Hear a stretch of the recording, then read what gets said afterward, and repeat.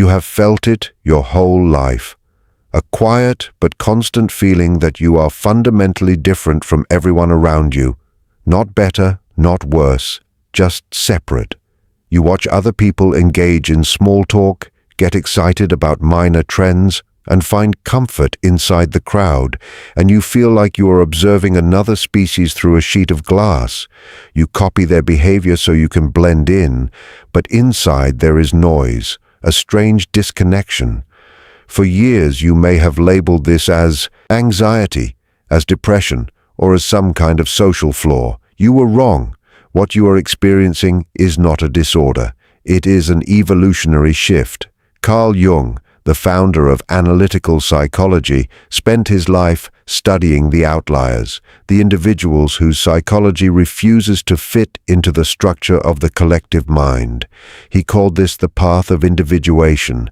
If you are watching this, you are probably one of the few who has unknowingly stepped onto this path. It is a lonely road, it is a risky road, but it is the only road that leads to a real self. By the end of this video, you will understand why your isolation is not a flaw, but a qualification for a level of existence most human beings will never reach. Before we examine the signs, you must understand the environment you are living in. Jung argued that most of society lives in a state of unconscious participation. They are not truly living their own lives, they are being lived by the collective. They download their values, fears, and desires from the herd. They are safe, they are comfortable, they are asleep, you are awake. And because you are awake in a world of sleeping people, you frighten them and they drain you. The rare personality is not rare because it is superior. It is rare because the psychological cost of maintaining it is so high that most people collapse trying to carry it. It demands that you hold tension, face darkness, and walk without a clear map. If you recognize the following signs, stop trying to cure yourself. You are not broken. You are simply waking up. The first sign is the burden of the shadow. You see the monster in the mirror. Most people live in a clean illusion of their own goodness. They believe they are kind, moral, and harmless. When they act cruelly, they justify it. I had to do it. They deserved it. They project their own ability for evil onto others. The government, the criminal, the enemy. You cannot do this. The first sign of the rare Jungian personality is that you are painfully aware of your own capacity for darkness. Jung famously said, "One does not become enlightened by imagining figures of light, but by making the darkness conscious." You have met your shadow. You know that under enough pressure, you are capable of harm, betrayal, or cold manipulation. You do not run from these thoughts. You study them. You sit with them at 3 in the morning. This makes you serious. It makes you heavy. While others float on the surface of good vibes only, you are grounded in the deep truth of human nature. Think about the story of the saint who was asked why he was so holy. He answered, "I am not holy. I simply keep my demons on a shorter leash than you do. The average person is like a house with a perfect lawn and a locked basement they never open. You are the one who lives in the basement. You know what is hidden there." This awareness creates distance between you and others.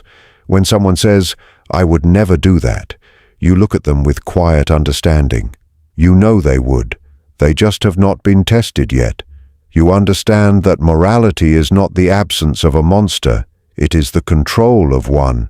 Because you have integrated your shadow or are in the process of integrating it, you carry a weight that others do not. You are not easily offended because you understand the darkness behind the offense. You do not show fake virtue because you know virtue can be a mask for deeper flaws. You are dangerous not because you are violent, but because you are truthful.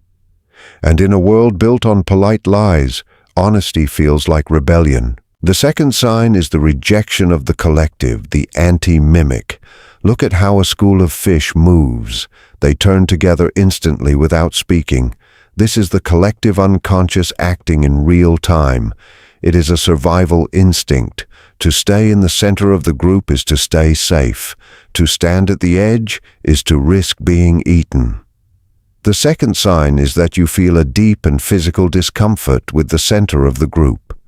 When a trend spreads across the world, your first reaction is doubt. When everyone agrees on a political story, a financial craze, or a social movement, your stomach tightens. You feel the need to step back and observe. Jung wrote that the mass crushes out the insight and reflection that are still possible with the individual. You are not different just to attract attention. That would be another form of attachment. You are different because of how you see. You notice the strings. You see how easily people give up their independence for safety. This has probably appeared in your life as a pattern of walking away. You walked away from friend groups that became unhealthy. You walked away from jobs that demanded your soul. You walked away from belief systems that required blind loyalty. You have likely been called distant, arrogant, or difficult. Let them say it. The Greeks told the story of Cassandra, a priestess cursed to speak the truth but never be believed. She saw the fall of Troy before it happened, but the people laughed at her. They wanted to believe the wooden horse was a gift. She knew it was a trap. You are a modern Cassandra. You see the trap inside the gift. You see the manipulation behind the advertisement. You see the decay inside the institution before it collapses. This separates you. It makes you feel like a ghost moving among the living. You watch people get excited about things you know are empty. You watch them worship idols you know are false. The average person feels safe in agreement. If 1,000 people agree, he feels 1,000 times safer. You feel uneasy in agreement. If 1,000 people agree, you wonder what truth they are ignoring to protect the illusion. This quality protects you, but it also isolates you. You cannot fully merge. You cannot completely lose yourself in the party, the protest, or the gathering. You are always observing, always aware. This is the price of your independence. The third sign is intuitive pattern recognition, almost like being a time traveler. Jung described intuition not as magic, but as a function of the unconscious mind that processes information too quickly for the conscious mind to follow. It senses where things are heading, not only where they are now. You often know how a relationship will end on the first date. You sense a business partner is dishonest before they steal anything. You can predict what someone will say before they finish their sentence. For you, the present moment feels transparent. It is only a seed that already carries the future. This makes it extremely hard to deceive you. When people speak, you are not just hearing their words, you are sensing their intention. You notice the insecurity behind the bragging. You detect the resentment hidden in a compliment. You feel the fear behind a smile. It is like having X-ray vision in a world where everyone is wearing heavy masks, but this ability has a darker side. Because you see the ending, you sometimes struggle to begin. Why start the friendship if you already see the betrayal? Why accept the job if you already see the burnout? You live with the curse of the final scene. Most people are living in the first act of the movie, excited about the beginning. You are already watching the third act, thinking about the twist and the conclusion. This can look like sadness to others. Why are you not excited? They ask. We just signed the contract. Because you can already see the hidden details that are not yet written. Jung believed that this type of person often served as the shaman or prophet in ancient tribes. They lived on the edge of the village. They were respected and feared because they dealt with what could not be seen. In the modern world, there is no clear edge of the village. There is only the office, the internet, the crowded city. So you walk among people who focus on what is directly in front of them, while you focus on what is hidden behind the curtain. You are thinking several moves ahead, while others think about the next step. And the hardest part is that you cannot fully explain it. Intuition has no simple language. It is a sudden knowing. And when you try to describe it, you sound irrational until you are proven right again. The fourth sign is the ability to hold opposites at the same time.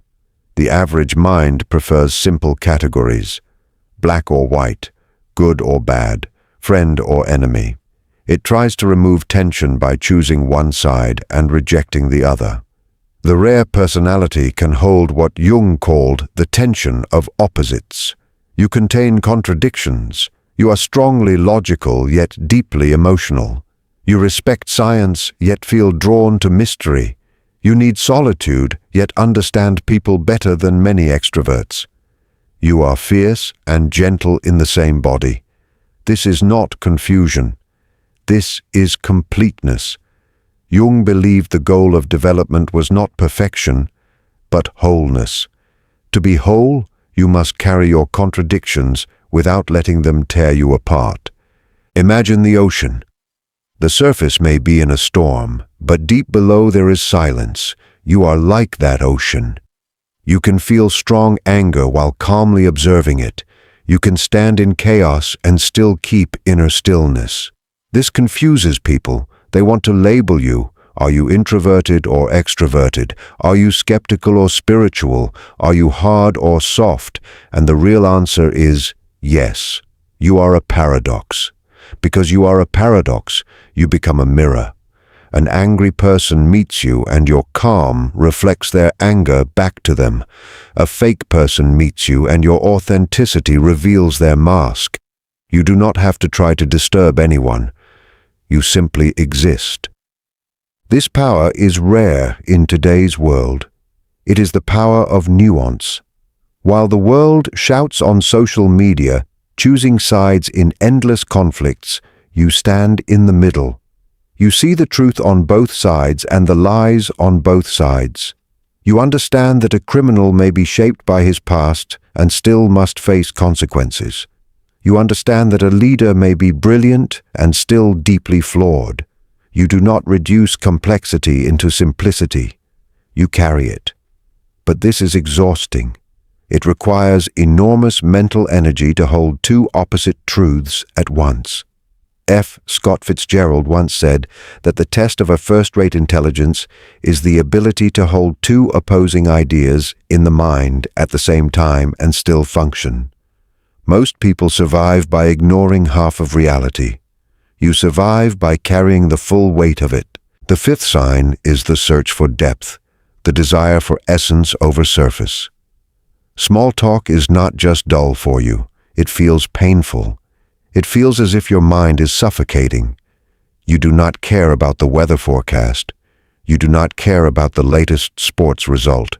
You do not care about celebrity drama. You are drawn to what the alchemists called the prima materia, the original substance, the core truth beneath everything. You want to know what someone fears in private. You want to know what keeps them awake at night. You want to talk about death, existence, power, consciousness, and the meaning of life. People often call you intense. You think too deeply. Just relax, they say. But you cannot relax in shallow water. You are designed for depth. That is why you probably have very few close friends. You cannot maintain bonds built only on surface conversation. You would rather sit quietly with someone who truly understands you than talk for hours with someone who does not. Jung observed that as a person individuates, they often outgrow relationships. Not because they lack love, but because their inner frequency has changed. Imagine tuning a radio. Most people are broadcasting on a common station, loud and popular, easy to find. You are broadcasting on a narrow frequency that only a few receivers can catch. When you try to lower your frequency to match theirs, you feel like you are suffocating. You feel the persona, the social mask, tightening around your throat. So you stop forcing it. You accept the solitude. You realize that one deep conversation with a mind that matches yours is worth 1,000 nights out with the crowd. You are searching for gold in a world that is satisfied with plastic. The sixth sign is the crisis of meaning, what could be called the neurosis of the divine. This is the sign that often sends people to therapy, but unless the therapist is deeply skilled, They may try to adjust you back to society instead of understanding you. Jung wrote that he had often seen people become neurotic when they accepted inadequate answers to the serious questions of life. You're not necessarily depressed because of a chemical imbalance, even though it may feel that way. You may be suffering from spiritual hunger. You cannot survive on distractions and entertainment alone. Most people are satisfied with a job, a partner, a house, and a short vacation each year. Their existential hunger is quiet. Yours is endless. You look at the so-called successful life, the corporate ladder, the suburban image, the collection of shiny objects, and you feel a wave of emptiness. You do not just find it dull, you find it frighteningly hollow. If your life does not have a deeper purpose, a strong reason why, you begin to feel lost. You cannot pretend that comfort is enough. You cannot silence the question of meaning, and that question will follow you everywhere until you answer it honestly. This path is not easy. It demands that you question everything. It asks you to face your shadow, to step away from the crowd, to trust your intuition, to hold contradictions, to seek depth, and to search for meaning beyond comfort. Many people will misunderstand you, some will fear you, others will try to fix you, but you are not broken. You're becoming conscious in a world that prefers sleep. You're choosing depth in a culture that rewards surface. You're choosing truth in a society built on performance. And yes, it can feel isolating. It can feel heavy. It can feel like walking alone in the dark. But that darkness is not empty. It is full of possibility. Your isolation is not a punishment. It is preparation. Your intensity is not a flaw. It is strength. Your difference is not an accident. It is direction. And while most people may never fully understand the road you walk, that does not make the road wrong. It simply means it was never meant for everyone. Begin to slowly wither away. You start to physically lose strength. You feel drained. You become tired and heavy. You may even fall ill. This is your psyche's way of refusing to cooperate. It is shouting at you from within. I will not take part in this performance. I will not spend 40 years shifting papers from one stack to another just to die in comfort. Society labels this as being maladjusted. Jung described it as the call to adventure. The old myths tell stories of the hero who becomes sick or lost until he agrees to accept the mission. You are that hero. Your symptoms, your anxiety, your frustration, your restlessness are not defects. They are the invitation. You are the person who leaves the high-paying job without a safety net because your spirit was decaying. You are the one who ends a seemingly perfect relationship because it felt like a prison. You ruin what is good in order to search for what is real. This makes you threatening to the existing system. The system depends on people staying satisfied with average lives. You are the error in the matrix because you demand purpose in a world that only provides function. Do not silence this hunger with medication. Do not dull it with alcohol, endless scrolling, or cheap bursts of dopamine. That hunger is your guide. It is directing you toward the only thing that will ever fulfill you, the creation of your own myth. Sign 7, the builder of synchronicity, the conversation with the universe. The last sign is the hardest to explain to someone who only believes in logic, but you understand exactly what I mean. You experience synchronicity. Jung described synchronicity as a causal connecting principle, meaningful coincidences that cannot be understood through simple cause and effect. You think about a person you have not spoken to in 10 years, and they call you minutes later. You are struggling with a deep philosophical question, and a book slips from the shelf and opens to the exact page that answers it. You dream about a strange symbol, and the next day you notice that same symbol painted on a wall in a city you have never been to. To most people, these are just odd coincidences. They ignore them. To you, they are communication. You live in a dialogue with reality itself. You understand that the inner world, your mind, and the outer world, physical matter, are not separate realms. They reflect each other. Onus mundus, one world. Because you are individuating, because you are becoming who you truly are, reality seems to arrange itself around your path. This does not mean you are special in a selfish way. It means you are aligned. When you are walking the wrong road, you meet resistance. Doors close suddenly, keys snap, systems break down. The world feels like it is pushing against you. When you are walking the right road, the road of your soul, traffic lights turn green, the right people show up, the resources appear. You have learned to trust this unseen current more than the visible logic of society. You make choices that look crazy to others. Why are you moving to that city? You do not know anyone there. I just feel it is right. And later, that feeling proves correct. This is the final sign of the rare personality. You have stopped using the map drawn by other people and started navigating by the stars inside your own mind. If you saw yourself in these signs, you are probably exhausted. It is tiring to be the one who notices the shadow. It is lonely to be the one who cannot dissolve into the crowd. It is painful to carry the weight of meaning in a world that feels meaningless. You have likely spent years asking, "What is wrong with me? Why can't I just be normal?" Stop asking that question. Normal is only a statistical average. It is not a measure of health. In a sick society, being normal can actually be a sickness. Jung said, "The sole purpose of human existence is to kindle a light in the darkness of mere being." You are that light, but a light that burns also consumes. Here is the truth. You are not hurting because you are damaged. You are hurting because you are resisting your role.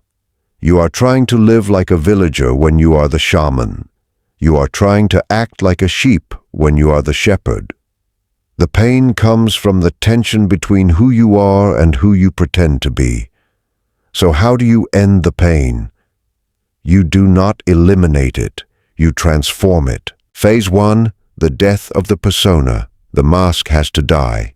You must stop apologizing for your intensity. Stop watering down your truth to make it easier for people who have no desire for reality. If you are too much for them, let them leave.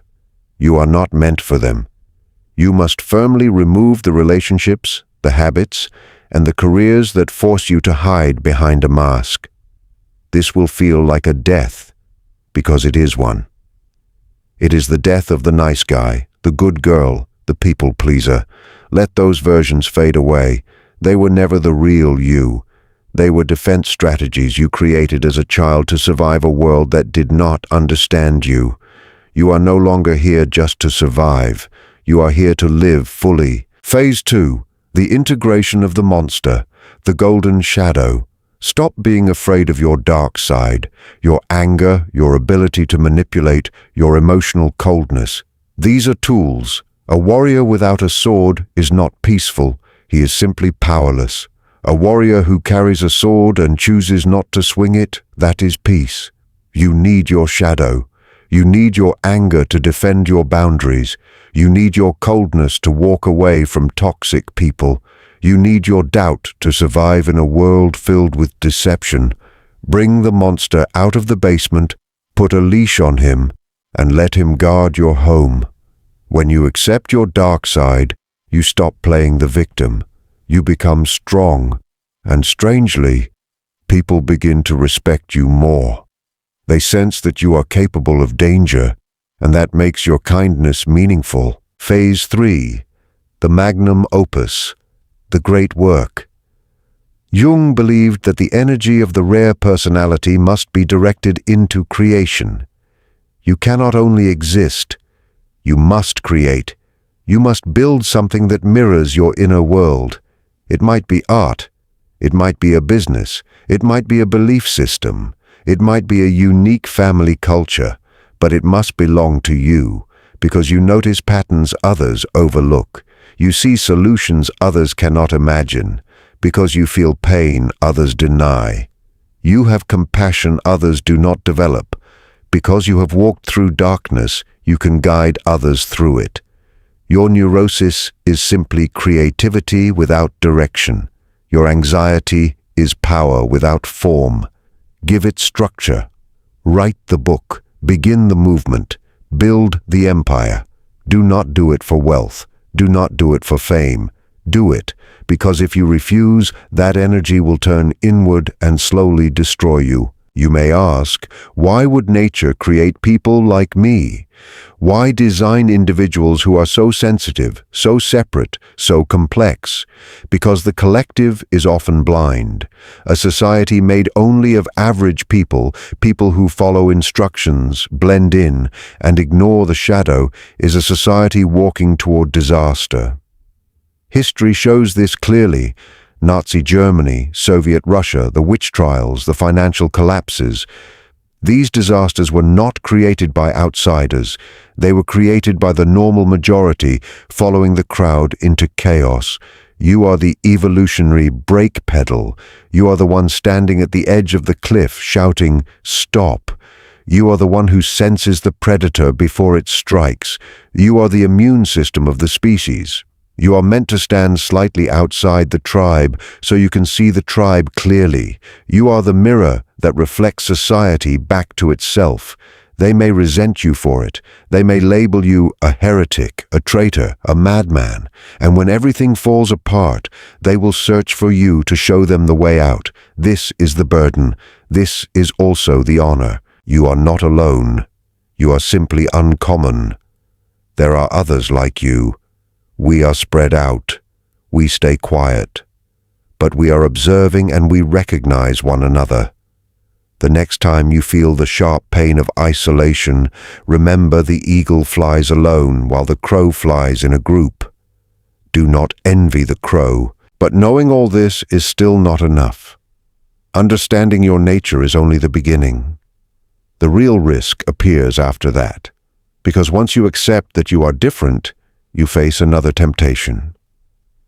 The temptation of pride, the temptation to retreat completely into your own thoughts and look down on those who are asleep. If you fall into that, you lose. You become the villain in your own story. The final test of the individuated person is not to rise above humanity, but to return to it. To bring the gold you discovered in the darkness back to the village, even if they fail to understand it. Even if they never thank you. How do you do that without losing yourself again? How do you walk among the crowd without dissolving into it? That is the skill of the magician, and that lesson is for another day. If this opened your awareness, understand this is only what I can share publicly. There are videos I cannot release for everyone. There are elements of dark psychology that I simply cannot speak about openly on YouTube without facing censorship or losing monetization. The algorithm limits the most powerful knowledge. Those lessons exist behind the join button. If you are still listening, you are not like most people. Subscribe if you have not already. But if you want access to what is hidden, press the join button and step into the architect level. You will unlock exclusive, uncensored content that explores the deepest layers of the human psyche. Most people will not. That is exactly the point.